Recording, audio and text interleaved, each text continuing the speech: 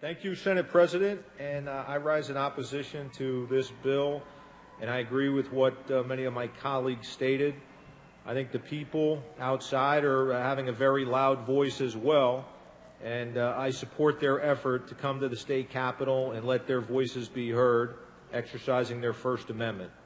And I think we need to realize that we have a constitutional republic, and I'm often troubled when I hear people in public discourse talk about a democracy. Yes, we have elements of a democracy.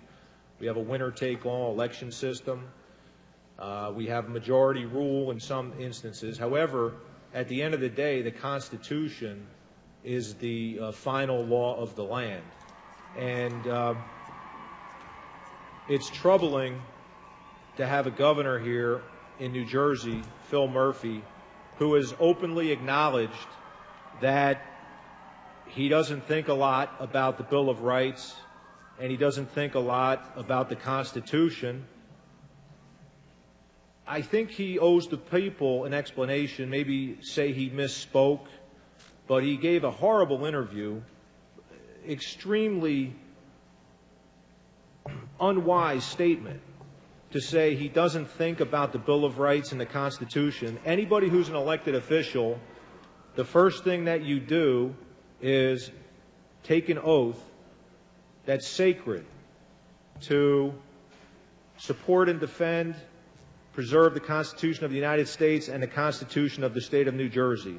And for somebody to govern over a state of 9 million people and not think first and foremost before every action what the Constitution allows, it's unbelievable. You would think he would say, I'd like to revise and extend my comments, I made a mistake, the bright lights, something. But he's just doubled down on this. It's not only has he not been transparent to the public, he's been non-transparent to legislators. You know, I don't want to steal your thunder, Senator Panaccio. I hope I don't. But Senator Panaccio and I, we wrote repeated letters to the governor, and we asked him for information so we could better serve our constituents and better make decisions.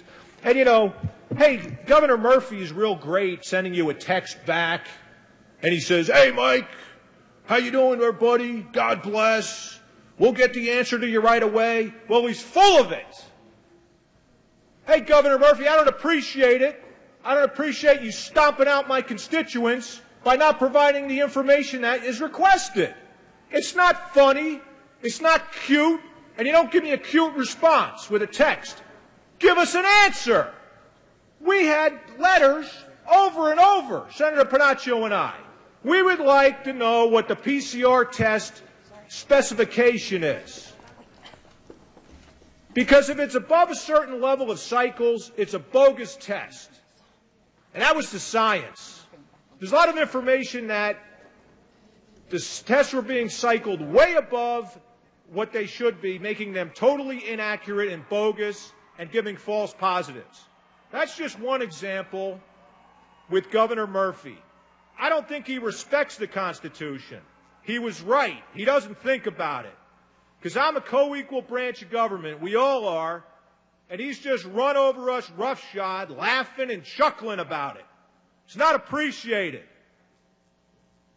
That's not why I joined the military. That's not why people take an oath of office to enter the military and defend our country. They're preserving the Constitution, and Phil Murphy needs to respect it. We're a co-equal branch of government, Governor Murphy. You can't blow us off like you have been. Where is that okay? Billions of dollars being hidden. His people have to basically make a mistake to reveal to this legislature how much money he has in the bank. So it's not okay what he's done. I've been against these emergency orders from day one. There's an example at the federal level. It's called the War Powers Act. The president can act in an emergency situation to protect the national security interests of the United States, but then he has to go back to the legislature and get approval, a continuing resolution. That's the solution here. But to sign off on Governor Murphy continuing to trample the Constitution, if you want to see the future, look at the past. Here's a man that's going to continue to ignore the legislature and laugh about it. He's going to continue to hide information from the people of New Jersey and laugh about it. This is a serious business. He needs to provide answers.